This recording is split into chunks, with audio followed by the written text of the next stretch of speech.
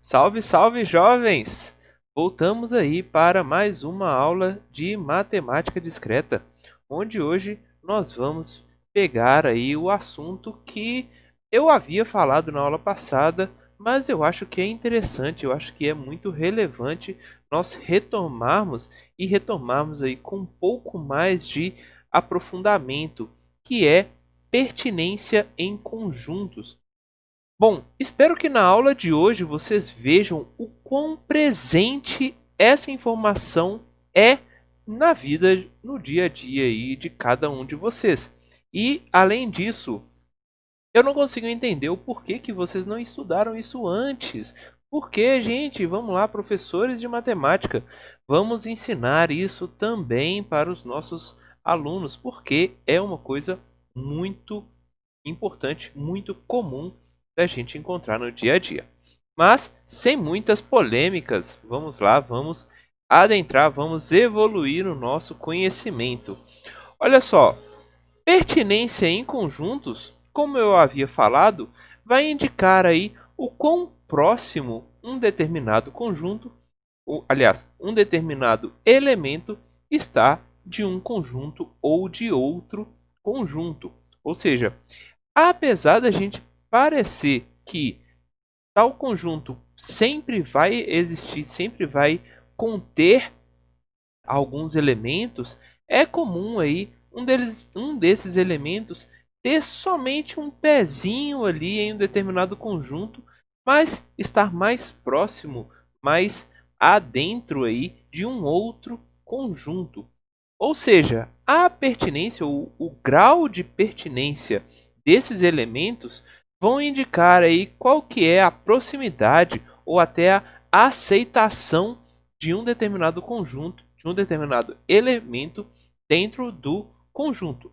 Mas não significa que se eu pertenço pouco a determinado conjunto, não significa que eu não faça parte daquele conjunto, tá? São coisas distintas. Eu posso pertencer pouco, mas se eu tenho um pezinho ali dentro, eu faço parte dele também, apesar de talvez eu estar aí dentro de um outro conjunto distinto. Mas vamos lá, vamos com calma para vocês perceberem essa relação.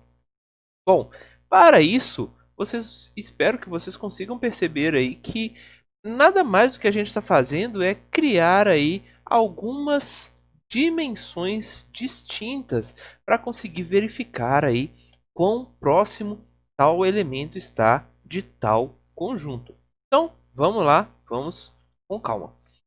O primeiro exemplo aqui que eu vou mostrar para vocês, eu tenho dois conjuntos super simples, como a gente já havia estudado até então, conjunto A e um conjunto numérico B, e esses conjuntos possuem aí valores numéricos.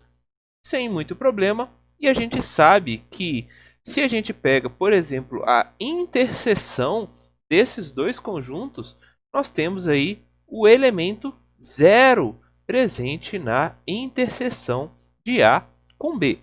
Ou seja, a gente consegue saber que, logicamente, existe um elemento x aí qualquer, tal que x está presente no A, no conjunto A, e também x está presente no conjunto B. Então, o zero está presente nos dois conjuntos. Tanto é que a interseção deste A e B, desses conjuntos A e B, é o zero, é o valor zero.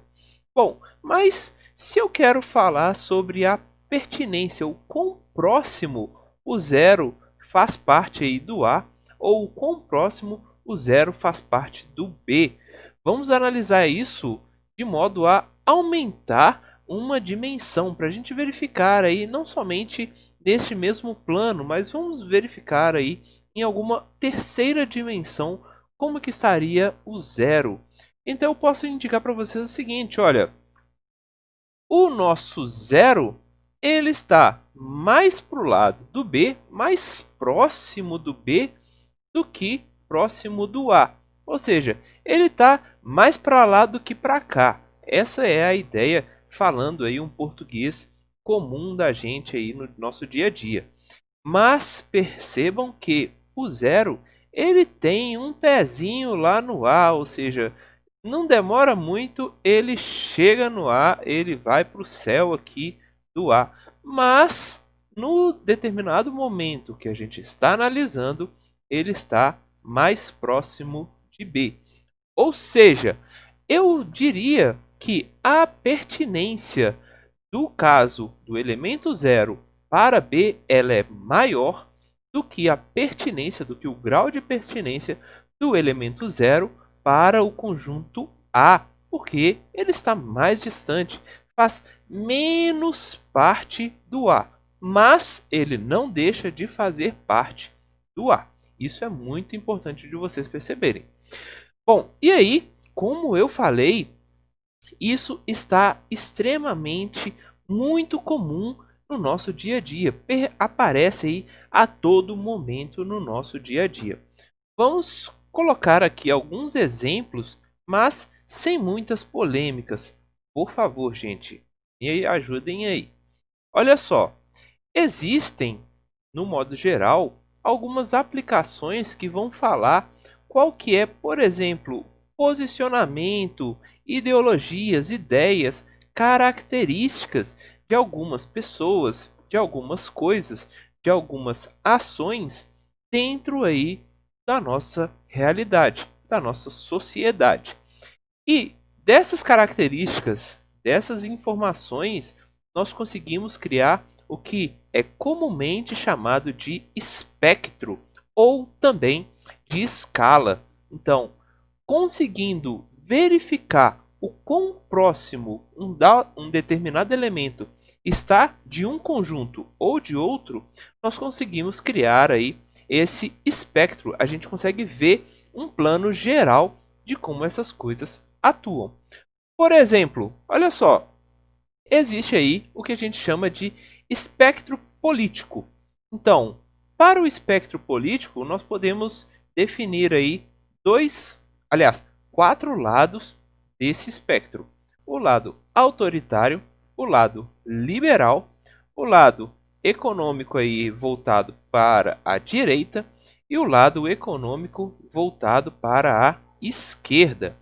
Bom, significa então dizer mais ou menos o seguinte: uma pessoa que está aqui na posição autoritária à esquerda, ela faz parte tanto do conjunto econômico de esquerda quanto do lado autoritário. Mas comparado aí com uma outra pessoa que estivesse em uma outra posição mais de centro, nós conseguimos ver aí que a pertinência da pessoa que estivesse mais próxima do centro é menor associado a autoritarismo e a ações políticas econômicas de esquerda.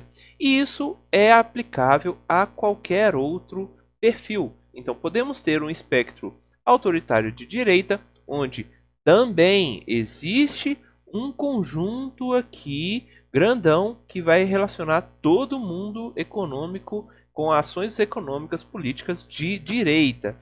Mas essa pessoa pode ter mais ações ou menos ações associadas aí à economia, assim como autoritarismo, liberalismo e assim por diante. Ou seja, não seria muito correto a gente falar que se a pessoa ela é direita, ela é puramente de direita, ou se a pessoa ela é de esquerda, ela é puramente de esquerda.